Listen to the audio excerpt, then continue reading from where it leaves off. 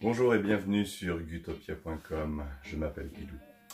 Alors dans cette vidéo, je voudrais un peu vous parler de la reproduction des geckos-léopards et comment je m'organise à l'élevage.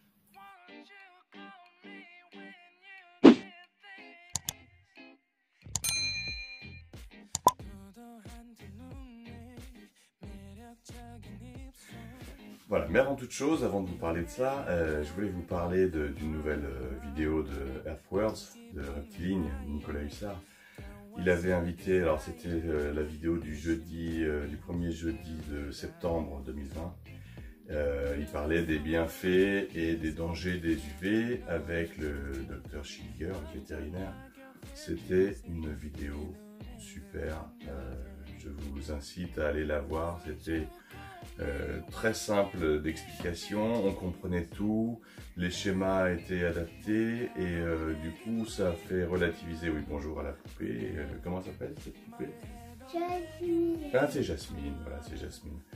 Donc voilà, cette vidéo, je vous incite à aller la voir, comme toutes les vidéos d'Earthworlds, parce que c'est vraiment des super vidéos, il y a toujours plein d'explications, et puis voilà, on relativise sur ce qu'on est en train de faire, on se dit ah oui, il y a des choses que j'ai peut-être pas bien fait, j'ai peut-être voulu trop en faire, j'en ai pas fait assez, je faisais comme ça, mais est-ce que c'est bien? Et là c'est sur les UV, sur les bienfaits des UV, sur comment les utiliser. Voilà, et on peut faire des erreurs, même si ça fait plusieurs années qu'on utilise, qu'on lit des choses, il y a des avancées, il y a des choses qu'on faisait il y a encore quelques années qu'on ne fait plus ou qu'on fait différemment. Donc voilà, je vous incite, je mettrai le lien en bas de la vidéo, et je vous incite à aller voir toutes les vidéos de Nicolas Hussard, parce que vraiment, c'est très didactique, c'est très bien expliqué. Voilà, et puis ça fait poser des questions, parce qu'on est dans notre train-train, on fait les choses, c'est des automatismes, et puis quand on voit une vidéo comme ça, avec un spécialiste comme le docteur Schilliger qui nous explique des choses, avec des preuves scientifiques à l'appui, des expérimentations, et ben on se dit, ah oui d'accord, bon ben moi je faisais comme ça, mais je faisais peut-être une erreur. Avant on faisait comme ça, on nous disait que c'était bien, mais la science a évolué, on s'est rendu compte de certaines choses, et peut-être que je fais pas si bien que ça, peut-être qu'il faut que je change certaines choses, il faut essayer des choses. Voilà. Donc là, cette vidéo sur les UV, sincèrement, c'était extra, parce que ça peut paraître rébarbatif au premier abord de parler des UV, de parler de la lumière. Mais en fin de compte, grâce à Nicolas Hussard, c'est vraiment, il y a des schémas, puis en plus, bon, ils rigolent tout le temps, ils disent tout le temps des conneries. Et sincèrement, voilà, ça passe, parce que dans des choses sérieuses, il y a de la déconnade, et puis voilà, c'est super agréable. Et puis l'heure et demie, on se dit quoi, c'est déjà fini, mais c'est pas possible. Je voulais encore vous entendre parler. Voilà, donc je vous incite à aller voir ça. Et maintenant, on en revient à l'élevage des geckos-léopards et comment je les mets en repro. A tout de suite. Alors, pour la repro, j'ai mis un peu plus bas parce que j'ai ma star à côté qui va absolument être sur les vidéos. Donc voilà, maintenant c'est un impératif, il faut qu'elle soit sur les vidéos. Donc pour la repro des geckos-léopards, la première chose pour qu'il y ait reproduction, il faut un mâle et une femelle.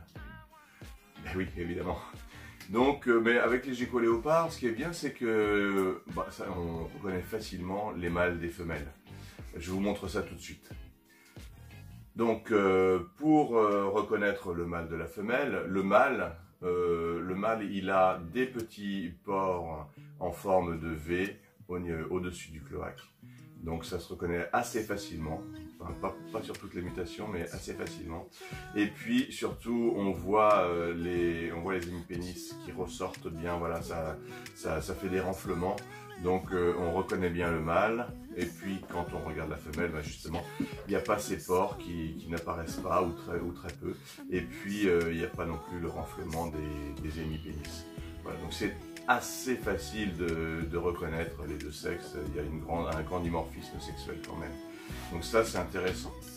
Alors, une chose très importante, quand on va mettre les mâles chez les femelles, enfin moi je mets les mâles chez les femelles, quand on va mettre les mâles chez les femelles, si on veut faire plusieurs accouplements de suite, surtout, c'est important parce que ça m'est déjà arrivé, surtout on n'oublie pas de se laver les mains entre chaque manipulation de mâle. Parce que si un mâle sent l'odeur d'un autre mâle, il chicane, il attaque. Alors vous allez me dire, c'est pas une mâchoire d'alligator non plus, hein. Mais bon, ça peut enlever un petit peu de peau, tout ça, puis ça fait bizarre sur le coup, on s'y attend pas.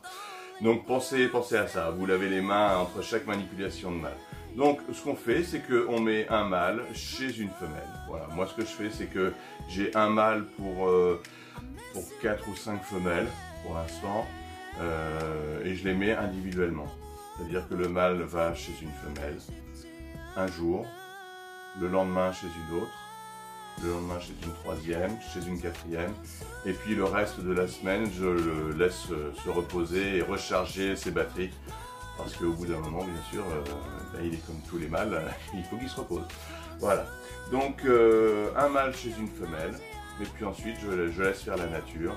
Souvent j'assiste à des accouplements, ils sont très rapides, on voit le mâle qui vibre de la queue, qui essaye d'attraper la femelle. Et puis ensuite on voit le croisement des queues et puis ça se fait souvent rapidement. Et souvent on voit aussi si la femelle ne souhaite pas avoir le mâle parce qu'elle montre des signes qu'elle n'est pas prête. Une chose pour voir que les femelles sont prêtes à se reproduire, c'est de regarder sous la femelle pour voir les follicules qui se développent. On les voit bien, on en voit deux en transparence. On voit au niveau du ventre, on voit en transparence les femelles qui ont les follicules. Donc là, ça veut dire que les femelles sont prêtes. Si elles n'ont pas de follicules, c'est pas la peine de mettre le mâle parce que il ne se passera rien parce que les femelles ne sont pas prêtes. Ensuite, une fois que les femelles, une fois que j'ai enlevé les mâles des femelles, je laisse passer à peu près, je vérifie chaque semaine, mais je laisse passer à peu près 3 semaines. Et au bout de 3 semaines, on voit que dans la boîte à humidité, ce que je fais, c'est que je mets bien à plat la fibre de coco. J'utilise la fibre de coco dans les boîtes à humidité. Il y en a qui utilisent de la sphègne, tout ça. Enfin, moi, j'utilise la fibre de coco. J'ai toujours utilisé ça. Et ce qu'on voit, c'est que on voit que ça a été gratté. On voit que c'est plus haut d'un côté que de l'autre. Et ça, c'est souvent, très souvent, le signe que les femelles ont pondu. Donc ensuite, on prend cette boîte à humidité, on gratte délicatement, quoique les œufs sont assez robustes, mais on gratte délicatement la fibre de coco et généralement, on trouve 2 œufs. Parce que les femelles pondent 2 œufs à la fois. Voilà. Ensuite, je mets les œufs dans un mini incubateur que je mets en incubation. Alors, ce qui est intéressant avec les géco-léopards, c'est qu'ils sont ce qu'on appelle TSD, température sexe dépendante. C'est-à-dire qu'ils sont dépendants au niveau de la température, ils sont dépendants sexuellement au niveau de la température. C'est-à-dire que on peut jouer sur la température pour avoir que des femelles, des mâles et des femelles en ratio à peu près égaux, plus de mâles, etc. Donc on peut jouer sur cette température. Je vais vous montrer le graphique et je vais vous expliquer. C'est assez simple. Donc souvent les éleveurs, ils ont 2 incubateurs, un pour élever, pour ressortir des femelles. Voilà, ils mettent souvent l'incubateur à 26-27 degrés pour être sûr d'avoir quasiment que des femelles. Et puis un incubateur pour les mâles qui mettent à peu près à 29 degrés. Et là, ils sont quasiment sûrs d'avoir que des mâles. Alors, évidemment, moi je vous parle de ça, je suis un petit éleveur, hein, donc je vous parle avec mon expérience personnelle, avec mon savoir qui est pas, comme je le dis toujours, je sais que je ne sais rien. C'est-à-dire que moi j'ai lu des choses, je fais des choses et c'est pas forcément les bonnes choses. Il peut m'arriver de faire des erreurs, d'ailleurs j'en fais très souvent et tous les éleveurs font très souvent des erreurs.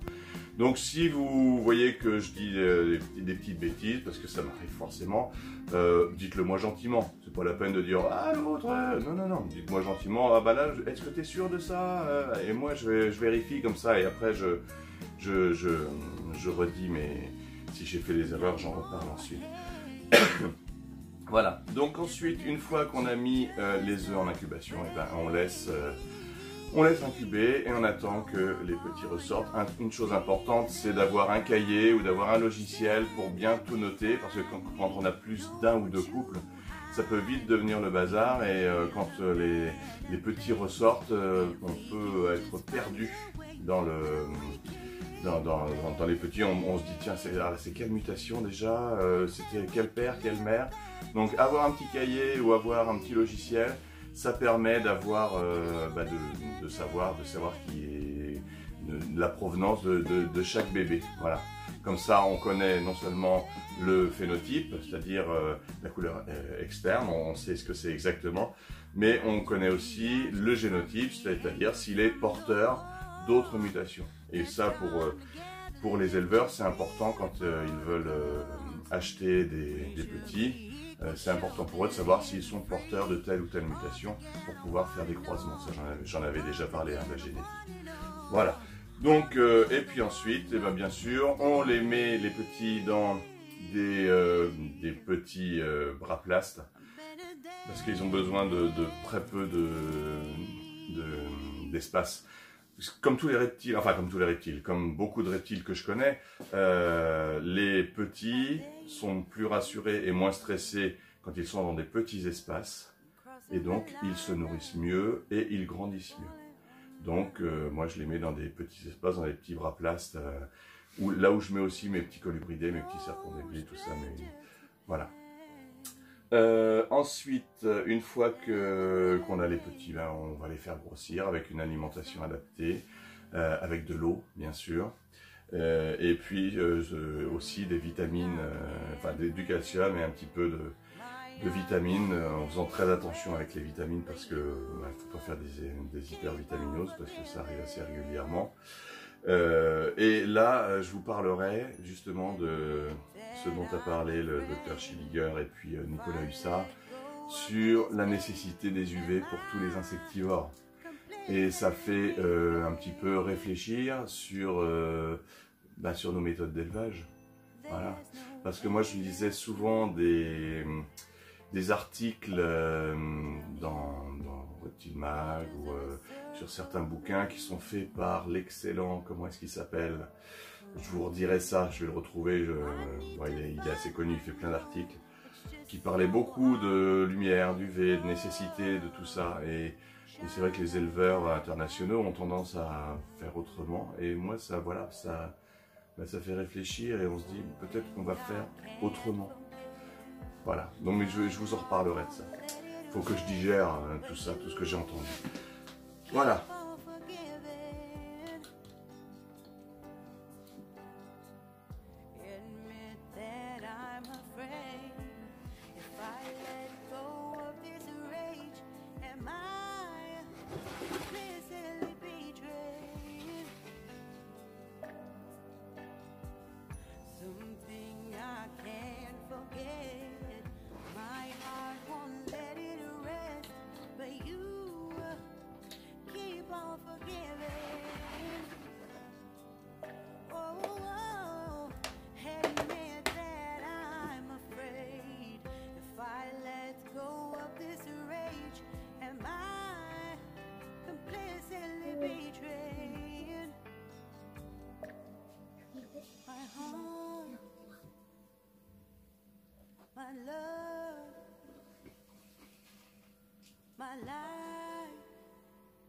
Monsieur, madame.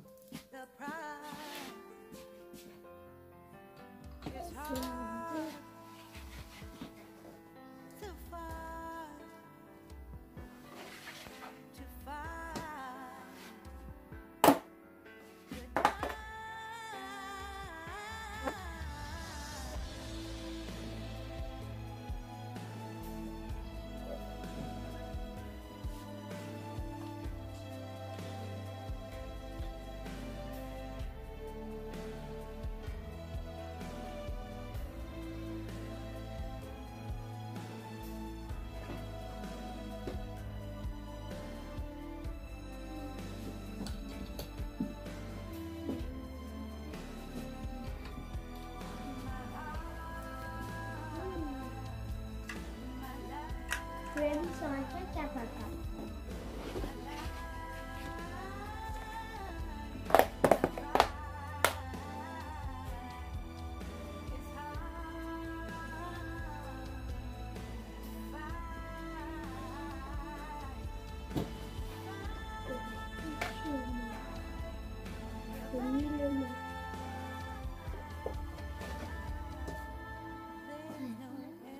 Bon, eh ben bonjour à tous. Après 70 jours, enfin 68 jours d'incubation de mes œufs, voilà, à 26 degrés 3 à peu près, eh ben voilà, je crois bien que ça y est, on a des éclosions. Merci d'abord à Pierre de m'avoir donné un petit peu les durées d'éclosion en fonction des températures. Il n'avait pas tort, voilà. Il m'avait dit 70 jours, voilà, on est à 68 jours, nickel. Donc je vous montre ça tout de suite. Alors nous voilà devant l'incubateur. Alors voyons voir. Je crois bien que nous avons des petits qui viennent de naître. On va aller voir ça tout de suite. J'ai l'impression qu'il y en a deux. On va voir ça tout de suite. C'est parti. Et voilà, c'est bien ce que je disais. On a deux petits qui sont nés. Voilà. Donc ce qu'on va faire, c'est qu'on va les sortir. On va préparer, alors voilà, j'ai préparé des boîtes Braplast, des grandes. J'ai mis un petit sopalin doublé dessous. On va l'humidifier 2 fois par jour pour qu'ils aient un peu d'humidité pour qu'ils puissent boire. Ce qu'on va faire, c'est qu'on va mettre 2 ou 3 petits verres de farine là-dedans. Et puis une petite boîte ici que j'ai préparée, qu'on va mettre comme ça, où ils pourront se cacher, parce qu'ils aiment bien se cacher. Voilà, allez, c'est parti, je vous filme tout ça, on est parti. On démarre, c'est parti. Donc on va mettre, déjà, on va humidifier un petit peu. On humidifie aussi un peu les bords. Voilà. Ensuite, on va mettre les cachettes, voilà, comme ça, hop, on va leur mettre le petit récipient pour mettre 2 ou 3 verres de farine. Pourquoi je les mets dans un récipient? Parce que sinon ils pourraient les embêter. Voilà, donc on va chercher des petits verres de farine, voilà, des petits verres comme ça. On va en mettre 2-3, histoire de voir s'ils mangent bien. Voilà. Ah oui, c'est petit, hein. Voilà. Dans l'autre aussi. Voilà. Parce que dans le commerce, on peut trouver des gros et des petits verres de farine. Donc pour les petits, bien sûr, il faut mettre des petits verres. Et puis, regardez-moi ça si c'est pas mignon.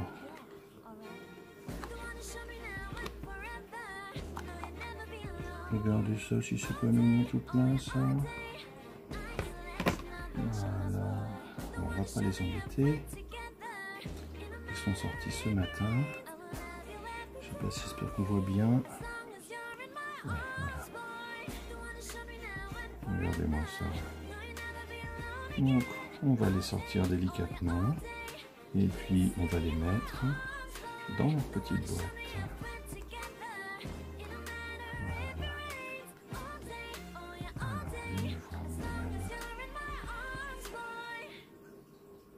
Voilà.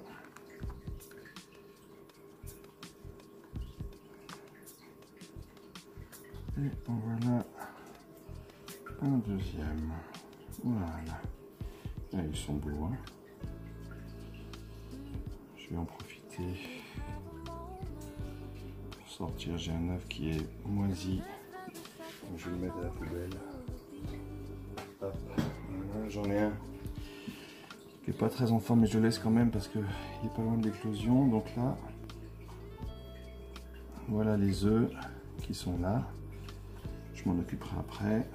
Et puis donc, c'est les 2 œufs qui sont du couple 1-1, donc des tangerines. Voilà. Donc on va refermer les boîtes. Regardez-les. Voilà ce que ça donne. Ah, je ne vois pas bien. Voilà ce que ça donne, une boîte. Voilà, on va les laisser tranquilles. On va pas trop les embêter.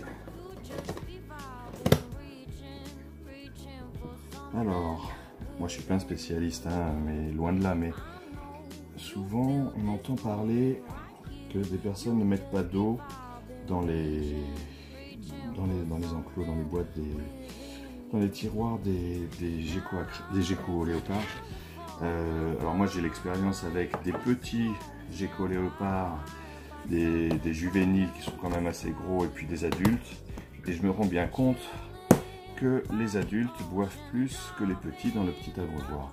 Donc j'ai tendance à leur mettre quand même de l'eau à chacun. Voilà, donc ensuite on va aller les installer tranquillement. Hop.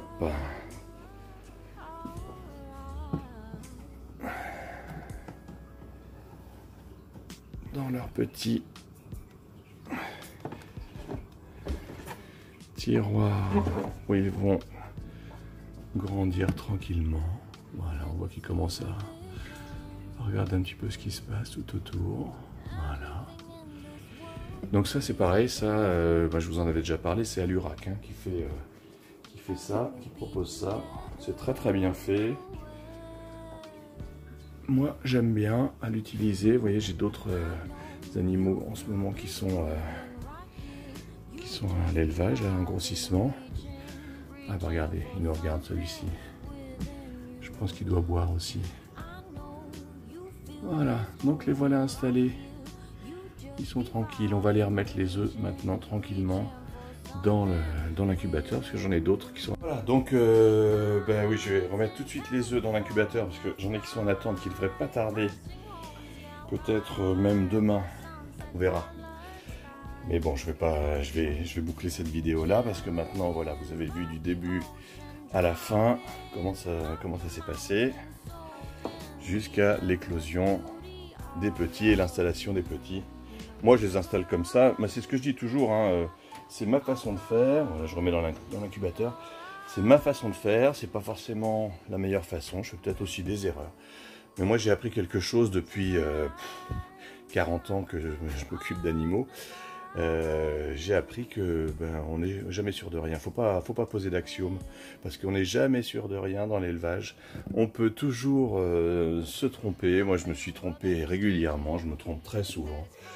C'est comme ça. Voilà, on fait des erreurs tout le temps. Donc là, bon, moi, je fais ça parce que ça marche chez moi. Mais après, chez d'autres personnes, ça marche peut-être autrement. Voilà. Bon, mais j'espère que cette vidéo sur les geckos léopards vous a plu. Je vous en proposerai d'autres bien sûr. Là il y a des choses qui changent un petit peu, ça bouge pas mal, donc je vais vous proposer d'autres vidéos. Voilà, mais comme je dis toujours, moi je fais des vidéos quand j'ai envie d'en faire. Je me pose pas comme certains youtubeurs se disent tous les vendredis je vais faire une vidéo. Voilà, ça m'oblige, ça stresse un petit peu. Est-ce que je vais avoir le temps de faire une vidéo, sur quoi je vais parler, voilà. Moi, je fais des vidéos quand j'ai envie de faire des vidéos et quand j'ai envie de vous parler de quelque chose. Alors, quelquefois, il passe un mois et demi. Mais quand je fais une vidéo, c'est une vidéo voilà, qui m'intéresse de faire.